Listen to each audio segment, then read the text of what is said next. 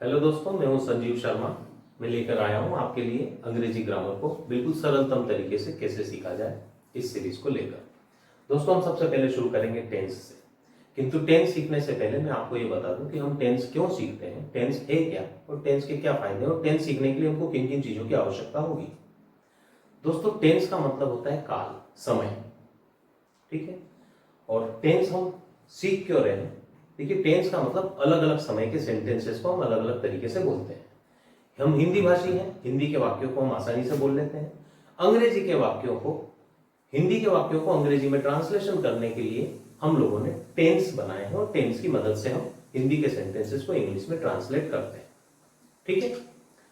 तो दोस्तों, मैं आपको एक सरल सेंटेंस लिख रहा हूं। राम फल खाता है। दोस्तों, इस सेंटेंसेस में क्या क्या है? राम जो है ये करता है, फल जो है ये कर्म है और खाता है ये है क्रिया। अब बिल्कुल निश्चित रहिए, कर्ता कर्म क्रिया अगर आप नहीं जानते हैं तो कोई दिक्कत नहीं, मैं इसके आगे आपको बता रहा हूं। दोस्तों, कर्ता को हम कहते हैं सब्जेक्ट, कर्म को हम बोलते हैं ऑब्जेक्ट और क्रिया को हम बोलते हैं वर्ब। तो दोस्तों, हम इसको शॉर्ट में लिखेंगे। ये जो हमने हिंदी का वाक्य लिखा है, एज मतलब हमने हिंदी है, इसका स्ट्रक्चर कैसे बना? सबसे पहले सब्जेक्ट आया राम, उसके बाद फल आया ऑब्जेक्ट, उसके बाद खाता है वर्ब। ये हमारा हिंदी का स्ट्रक्चर बना है। दोस्तों, जब हम इसी स्ट्रक्चर को इंग्लिश में ट्रांसलेट करेंगे तो ये स्ट्रक्चर की जो जगह है ये बदल जाएगी। सबसे पहले सब्जेक्ट आता ही है, उसके बाद वर्ब आती है और फिर ऑब्जेक्ट आता है। अब दोस्तों, अगर आपको पता चल गया कि सब्जेक्ट क्या है तो आप उसको सही जगह पर प्लेस कर देंगे, ठीक है। अब मैं आपको सिखाता हूं सब्जेक्ट क्या होता है, ऑब्जेक्ट क्या होता है, वर्ब क्या होता है और इन सबको हम हिंदी के वाक्य से कैसे निकाल सकते हैं बाहर। दोस्तों, सबसे पहले हम पढ़ते हैं सब्जेक्ट। दोस्तों, सब्जेक्ट पता करने के लिए आपको एक प्रश्न करना है वाक्य से, कौन या किसने। इनको हम अंग्रेजी में कहते हैं हु। अब हमने जो वाक्य बोला है उसको हम फिर से दोहराते हैं, राम फल खाता है। मित्रों, अगर हमने इससे प्रश्न किया कौन, हमारे सामने जवाब मिल गया राम। देखिए, हमने हिंदी के वाक्य से सब्जेक्ट ढूंढ लिया है, ठीक। अब अगर मैं आपको बोलूं सब्जेक्ट को यहां पर रखना है इंग्लिश में वाक्य बनाने के लिए, तो आप इमीडिएट राम को वहां पर प्लेस कर देंगे। दोस्तों, अगर हम ऑब्जेक्ट के बारे में स्टडी करें, ऑब्जेक्ट क्या होता है, तो ऑब्जेक्ट के लिए हम प्रश्न करेंगे क्या। क्या को इंग्लिश में हम बोलते हैं व्हाट। अब देखिए दोस्तों, अब हम उस सेंटेंस को फिर से पढ़ते हैं, राम फल खाता है। अगर हमने उससे प्रश्न किया राम क्या खाता है, जवाब हमको मिला फल, तो फल क्या हो गया? ऑब्जेक्ट। दोस्तों, हिंदी के वाक्य से ऑब्जेक्ट कैसे ढूंढते हैं मैंने आपको बता दिया। क्या प्रश्न करें, आपका ऑब्जेक्ट निकल के बाहर आ जाएगा। अब मैं आपको बोल देता हूं कि सब्जेक्ट के बाद हमको ऑब्जेक्ट नहीं लिखना, वर्ब लिखना और लास्ट में ऑब्जेक्ट लिखना है, तो आप उसको इमीडिएट लिख पाएंगे, है ना, ट्रांसलेशन कर पाएंगे। दोस्तों, मैंने जो ऑब्जेक्ट के लिए आपको बताया है एक तरीका, ऑब्जेक्ट ढूंढने के लिए एक और प्रश्न आपको करना होता है whom, जिसका मतलब होता है किसको। दोस्तों, इसके लिए मैं हिंदी का वाक्य नहीं लिख रहा हूं, मैं आपको बोलकर बताता हूं। मिस्टर शर्मा हमको अंग्रेजी पढ़ाते हैं। अब देखिए, मैंने एक प्रश्न करने के लिए कहा कौन, मिस्टर शर्मा, क्या हो गया? सब्जेक्ट। क्या पढ़ाते हैं? अंग्रेजी। क्या ढूंढ लिया हमने? ऑब्जेक्ट। अब एक तीसरा प्रश्न हम कर रहे हैं ऑब्जेक्ट के लिए, किसको, किसको पढ़ाते हैं? हमें। तो हम क्या हो गए उसमें? ऑब्जेक्ट हो गए। तो दोस्तों, ऑब्जेक्ट के लिए हमने दो चीजें फाइंड करी, दो प्रश्न किए हैं और हमारा ऑब्जेक्ट निकल कर बाहर आया। अब आप एक चीज नोट कर लें, अगर इन दो प्रश्नों का जवाब आपको नहीं मिल रहा है तो आपके सेंटेंस में ऑब्जेक्ट नहीं है। मित्रों, किसी भी वाक्य में हो सकता है हमको इस एक प्रश्न का जवाब मिले, एक ऑब्जेक्ट हो सकता है इन दोनों प्रश्नों का जवाब मिले तो दो ऑब्जेक्ट हो सकता है इसका जवाब मिले तो ये वाला एक ऑब्जेक्ट हो, या ये भी हो सकता है कि हमारे किसी वाक्य में ऑब्जेक्ट हो ही ना, ठीक है। पर ऑब्जेक्ट ढूंढने के लिए हमको दो प्रश्न करना है, अगर इनका जवाब नहीं मिल रहा है तो there is no object in the sentence. तीसरी और अहम चीज जो हमने सेंटेंस में पढ़ी है मित्रों, वो है वर्ब, जिसको हम कहते हैं क्रिया। अब मैं इसके लिए कोई प्रश्न आपको नहीं बता रहा हूं कि कौन सा प्रश्न करेंगे तो क्रिया निकलेगी। दोस्तों हिंदी के वाक्य में क्रिया ढूंढने का सबसे आसान तरीका है, हिंदी के वाक्य में क्रिया अंत में आती है। आप कोई सा भी कितने ही सेंटेंस बोल लीजिए, मैं एक सेंटेंस ये पढ़ता हूं, राम फल खाता है, अंत में हमारी क्रिया आ रही। क्रिया का मतलब होता है एक्शन, राम क्या कर रहा है, खा रहा है, तो खाना क्रिया हो गई। मिस्टर शर्मा हमको अंग्रेजी पढ़ाते हैं, लास्ट में क्या आया, पढ़ाते हैं, एक्शन क्या हो रही है, पढ़ाने की, तो क्रिया हो गई पढ़ाना। मित्रों मैं आपको बहुत लंबा एक सेंटेंस बोलकर बताता हूं। मेरे दोस्त के पिताजी एजुकेशन डिपार्टमेंट में काम करते हैं। देखिए इतना लंबा मैंने वाक्य बोला, मैं वाक्य वापस रिपीट ना भी करूं तो आखिरी में हमारे आ गया काम करते हैं, वर्ब।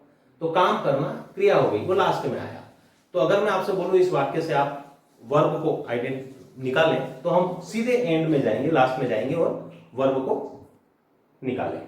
तो दोस्तों अगर हमको सब्जेक्ट, ऑब्जेक्ट और वर्ब आइडेंटिफाई हिंदी के सेंटेंस में से करना आ गया, तो अब हम इस स्ट्रक्चर के अकॉर्डिंग उसको रख के उससे उसका सही सेंटेंस बना सकते हैं। ठीक है, तो दोस्तों ये हो गई कुछ बेसिक चीज जो हमको टेंस के पहले जानकारी होना चाहिए। अब मैं आपको एक और चीज बता दूं, टेंसेस जिन बच्चों ने टेंस नहीं सीखे हैं अब तक, उनको शायद टेंस के नाम भी ना आते हैं, तो मैं आपको टेंस के नाम भी आसान तरीके से याद करवा देता हूं। टेंस 3 प्रकार के होते हैं। प्रेजेंट हम पहले लिख रहे हैं, प्रेजेंट टेंस। दूसरा होता है पास्ट टेंस, और तीसरा होता है फ्यूचर टेंस। तो दोस्तों ये 3 है। प्रेजेंट का मतलब होता है वर्तमान, वर्तमान काल। पास्ट का मतलब होता है भूत, पास्ट टेंस मींस भूतकाल। और फ्यूचर का मतलब होता है भविष्य, तो फ्यूचर मतलब भविष्य काल।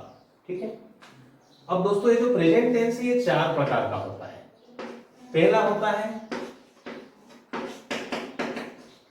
इंडेफिनिट टेंस, तो प्रेजेंट इंडेफिनिट टेंस, ये पहला हुआ। दूसरा होता है कंटिन्यूअस टेंस, तो दूसरा टेंस क्या हुआ प्रेजेंट का, प्रेजेंट कंटिन्यूअस टेंस। तीसरा होता है perfect tense, present perfect tense. और चौथा हुआ परफेक्ट कंटिन्यूअस टेंस। अब दोस्तों मजे की बात यह है कि ये जो प्रेजेंट के 4 भाग हैं, यही 4 भाग पास्ट के भी होते हैं और यही 4 भाग फ्यूचर के भी होते हैं। तो 4 इसके हुए, 4 इसके हुए, 4 इसके हुए, टोटल हमको 12 टेंसों का अध्ययन करना है, 12 टेंसेस हमको पढ़ना है। तो दोस्तों हम टेंस को किस तरह से अध्ययन करेंगे ये हम पहले बता दें आपको। पहले हम पढ़ेंगे present indefinite tense, past indefinite tense, future indefinite tense. ठीक है, फिर हम तीनों के कंटिन्यूअस पढ़ेंगे, present continuous tense, past continuous, future continuous, then perfect of all the 3 tenses and then perfect continuous of all the 3 tenses. ठीक है दोस्तों, तो इस तरह से हम टोटल 12 टेंसेस पढ़ने जा रहे हैं। अब इससे पहले कि हम टेंस पढ़ें, मैं आपको कुछ बेसिक चीजें और बता दूं, ताकि अगले वीडियो में हम डायरेक्ट टेंसेस पढ़ेंगे और हो सकता है हम एक ही वीडियो में पूरे 12 टेंस बहुत अच्छे तरीके से और सरल तरीके से पढ़ लें। दोस्तों टेंस के लिए मैं आपको कुछ बेसिक चीजें बता दूं। एक तो मैं आपको फ्यूचर टेंस के बारे में एक बात बता दूं, जब भी आप फ्यूचर टेंस पढ़ेंगे तो फ्यूचर टेंस में हमको सब्जेक्ट के बाद विल या शैल का यूज करना ही है। इसके बिना कोई भी फ्यूचर टेंस नहीं बनेगा, चाहे ये टेंस हो, ये हो, ये हो, ये हो। फ्यूचर का कोई सा भी टेंस हो, सब्जेक्ट के बाद पहले शैल विल होगी, उसके बाद अगली बातचीत की जाएगी। ठीक है दोस्तों अगर ये नियम आपने याद रखे तो हम अगले वीडियो में डायरेक्ट टेंसेस इजी वे में सीखेंगे। दूसरा जो रूल मैं आपको बताने जा रहा हूं, जहां जहां हम कंटिन्यूअस टेंस, कंटिन्यूअस के बारे में पढ़ रहे हैं, तो दोस्तों कंटिन्यूअस में हमको वर्ब की 4th फॉर्म यूज करना है। ठीक है, तीसरी चीज जो आप ध्यान रखना है, वर्ब की 4th फॉर्म जो हम यूज कर रहे हैं, आप ये ध्यान रखिए कि बी के साथ ही वर्ब की फोर्थ फॉर्म यूज हो सकती है। Without be we can not use the fourth form of the verb. Okay, अब दोस्तों जब हम बी के बारे में पढ़ ही रहे हैं तो आपको बता दूं कि बी अकेला नहीं है, इसके अपने 4 फॉर्म होते हैं। इसका प्रेजेंट फॉर्म होता है is, am, are. Past form होता है वॉज, वर। इसका पास्ट पार्टिसिपल फॉर्म होता है बीन, और प्रेजेंट पार्टिसिपल फॉर्म होता है बीइंग। ठीक है दोस्तों, ये चौथी चीज बताई मैंने। अब एक और पॉइंट नोट कर लें आप, 5वां पॉइंट। ये हो गया कंटिन्यूस तक का। जब हम परफेक्ट के बारे में पढ़ेंगे, मैं यहां लिख रहा हूं, अब आप इतना थोड़ा सा यहां 4 के बाद इसको 5 को यहां कंसीडर कर लीजिएगा। परफेक्ट के बारे में पढ़ेंगे तो हमको ये ध्यान रखना है कि हमको हैव और हैज के साथ ही परफेक्ट टेंस को पढ़ना है। ठीक है, अच्छा एक और चीज ऐसा करते हैं, इसको यहां लिख देता हूं, ये मिटा देता हूं, फिर से लिखता हूं मैं। 5वां पॉइंट आपका ये रहेगा। परफेक्ट हम पहले वर्ब की थर्ड फॉर्म ले लीजिए। चलिए, परफेक्ट मींस वर्ब की कौन सी फॉर्म यूज करेंगे हम परफेक्ट में? Third form. अब दोस्तों जब हम वर्ब की थर्ड फॉर्म के बारे में चर्चा कर रहे हैं तो ये ध्यान रखें कि वर्ब की थर्ड फॉर्म हैव या हैज के साथ हमको यूज करना है। ठीक है दोस्तों, ये कुछ बेसिक चीजें हैं, आप केवल इतना हल्के फुल्के में ध्यान रखें। इसमें हो सकता है जब तक मैं आपको एक्सप्लेन न करूं आपके दिमाग में कुछ प्रश्न भी उठे, तो दोस्तों प्रश्न आप कमेंट बॉक्स में बता सकते हैं, और अगले वीडियो के लिए तैयार रहें।